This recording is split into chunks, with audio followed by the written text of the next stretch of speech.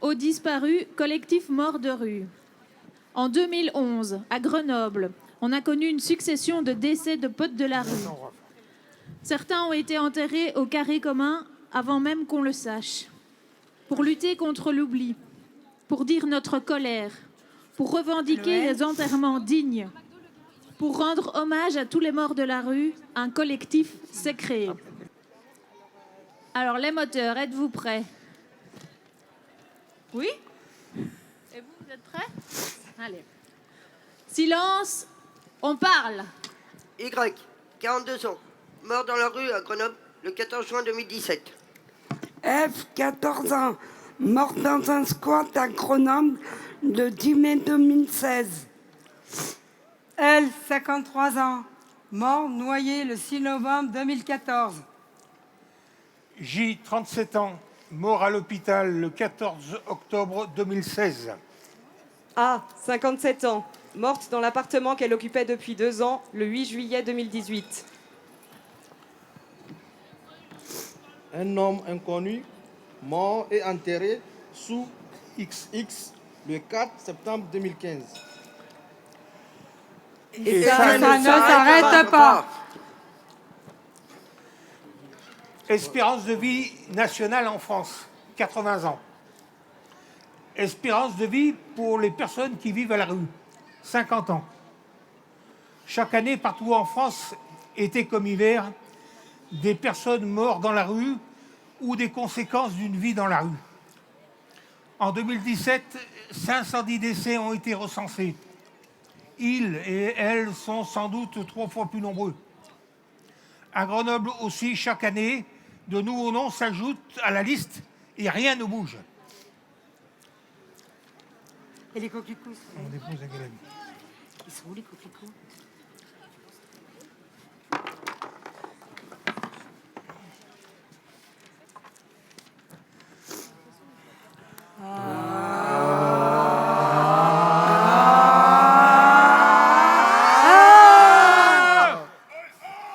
Aïe, aïe! Aïe, aïe, aïe!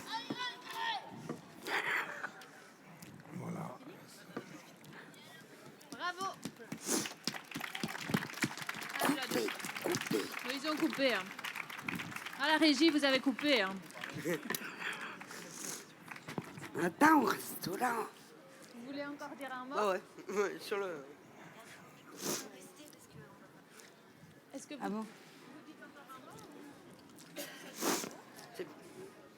Alors, le collectif de morts de la rue, évidemment, on a beaucoup parlé du fait que c'était l'envie d'avoir une vie digne, le combat pour une vie digne, de vouloir sortir de la rue, mais ça va jusqu'à cette question-là et cette étape-là aussi, pour laquelle, ben voilà, vous avez pris conscience d'un manque qu'il y avait, d'un besoin qu'il y avait.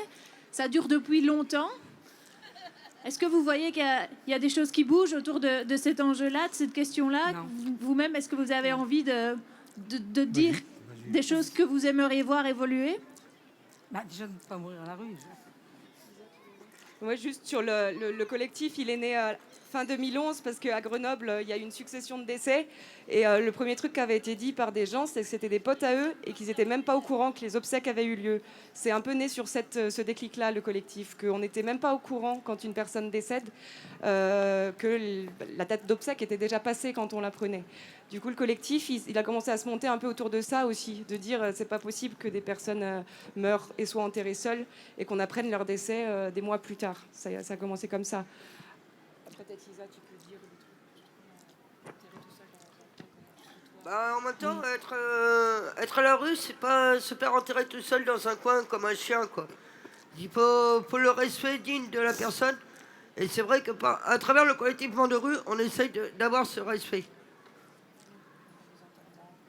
Dans les enterrements, on est présent. On essaye de réunir les personnes entre elles qui sont à la rue, justement pour enterrer leurs potes. Moi, je sais que personnellement, je suis plus à la rue, mais je veux être enterré par ce collectif. C'est surtout leur donner une Et alors aujourd'hui, on sait que vous avez souvent parlé de 2 rendez-vous qui étaient importants pour le collectif. Vous pouvez nous en dire un peu plus? Alors, on a un rendez-vous le 1er novembre au cimetière, au Grand Sablon et au Petit Sablon, où on accueillera les visiteurs des tombes avec une fleur en leur demandant d'aller le déposer au carré commun, là où sont enterrés ceux qui sont oubliés de tous. Ça, c'est la première cérémonie qu'on fait. Et à 14h, il y a une cérémonie entre nous sur le Et on carré se commun. réunira ce jour-là à 14h tous ensemble pour aller fleurir un peu plus ces oubliés.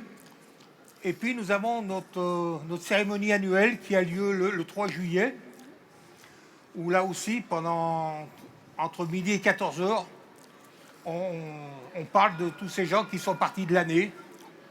Et on essaye de se recueillir pour tous ces gens-là. Et ça, on le fait le 3 juillet, justement, par rapport à ce qu'on disait tout à l'heure, c'est que c'est pas vrai que c'est que l'hiver que la question du logement elle se pose et que l'été, il y a autant de décès causés par la rue ou des conséquences d'une vie à la rue que l'hiver. Et c'était aussi pour ça qu'on avait voulu faire ça en plein été, aussi au centre-ville de Grenoble, pour essayer qu'on arrête avec la gestion au thermomètre de l'hébergement. Au jardin de ville, ouais. Oui, on dit qu'on meurt l'hiver, mais moi qui fais les maraudes, entre autres, je trouve que les SDF sont souvent à l'abandon parce que les associations, la plupart du temps, sont fermées. Et pour éviter que nous ayons des morts à la rue, il faut vraiment déjà qu'on se mobilise pour ne plus qu'il y en ait dans les rues. Ça sera déjà le premier combat contre la mort, déjà.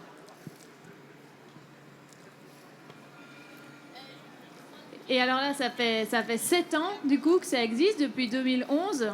Est-ce que vous avez pu voir que votre action, elle touche plus de gens, qu'il y a des choses qui ont changé dans la manière de voir les SDF, de se rendre compte de cette question-là? Alors, on enterre toujours autant de personnes, les années passant. On a un peu plus d'écoute, je dirais, par rapport aux pompes funèbres, qui sont heureux que ces gens qui étaient enterrés en catimini tout seuls, eh ben, ils ne soient pas enterrés tout seuls, qu'il y ait du monde qui soit là.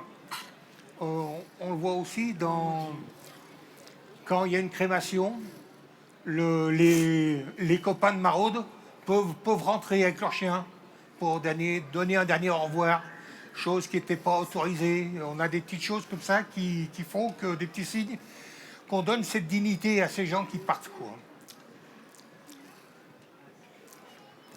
Est-ce qu'il y a des questions, des envies de réagir par rapport à cette action et à cette dignité jusqu'au bout? Ouais. Alors, bonjour, je suis d'accord avec tout ce qui a été dit là. Je suis d'accord déjà avec tout ce qui a été dit là, parce que je suis bénévole au Resto du Cœur depuis longtemps.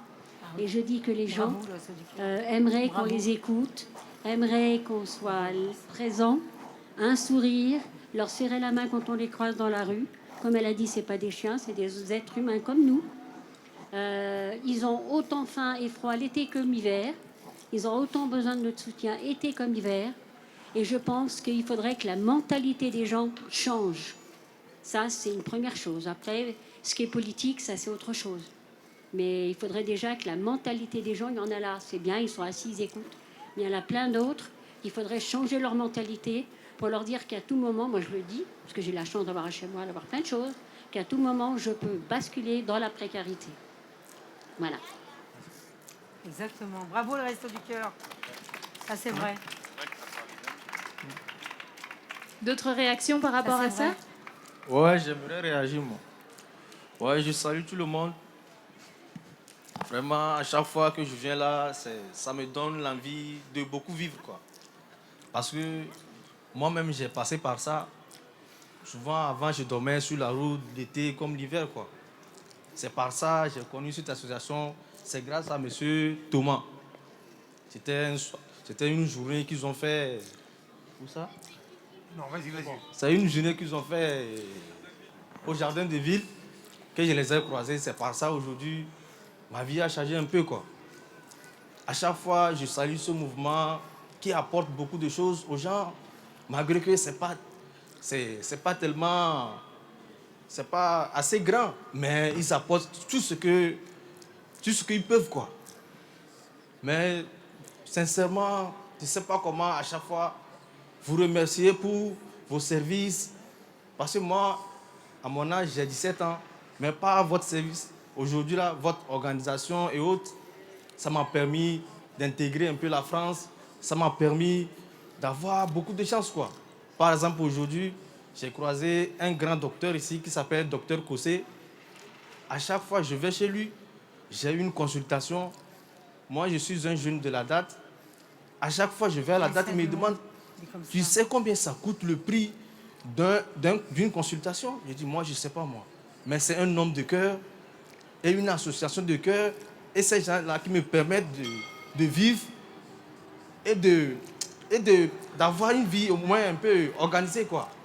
À chaque fois, il me procure, même par exemple, par lui aujourd'hui, j'ai une opération qu'on doit me faire à mes 2 yeux. Et puis parfois, par M. Thomas, à chaque fois, il est là. À chaque fois, il est dans l'association, il guide les gens. Chaque fois, il voit les SDF. À chaque fois que je suis avec lui, il les salue. Il les apporte l'amour nécessaire qu'il doit, quoi. C'est par ça que j'ai vu que non, même parfois, quand j'ai pris l'habitude maintenant, chaque fois quand je passe, même si je n'ai rien à leur donner, je leur apporte mon amour et puis bonjour, comment vous allez? Ça les donne le sourire, quoi. Mais vraiment, merci pour votre association qui apporte beaucoup plus. Mais on aimerait qu'il y ait des gens qui ont un peu les moyens, qu'ils mettent leurs moyens à votre disponibilité pour que vous puissiez plus aider, quoi. Par ça aussi, on demande pas à l'État. Souvent, on vient de différentes origines. C'est pas forcément, mais les Français, quand même, je vous salue, même s'il n'y a pas assez qui font ça, mais je vois que les Français, ils ont un cœur en or. Et merci beaucoup, je salue tout le monde. Merci. Attends.